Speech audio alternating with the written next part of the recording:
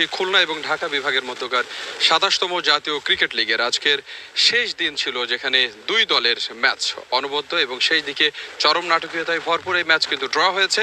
প্রথম ইনিংসে খুলনা বিভাগ টস জিতে ব্যাট করে ১৯৪ রান করেছিল, অল আউট হয়ে যায়। দ্বিতীয় ইনিংসে ২৮।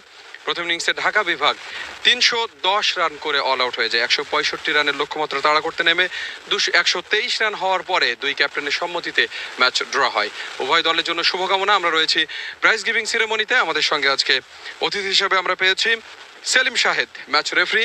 তার পাশে রয়েছেন অ্যাডভোকেট জাকির হোসেন, সদস্য বিভাগীয় ক্রীড়া সংস্থা Khulna, Al Amin, venue manager Khulna divisional stadium, এবং মুস্তাফিজুর রহমান রাসেল, ভেন্যু কোঅর্ডিনেটর।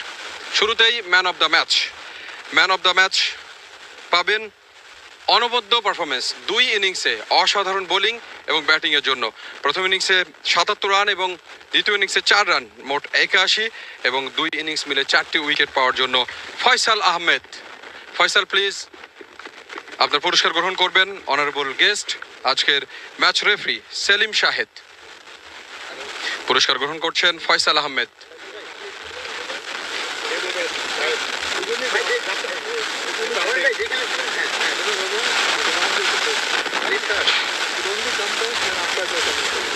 ফয়সাল, দুই একটি কথা বিনিময় করব আমরা।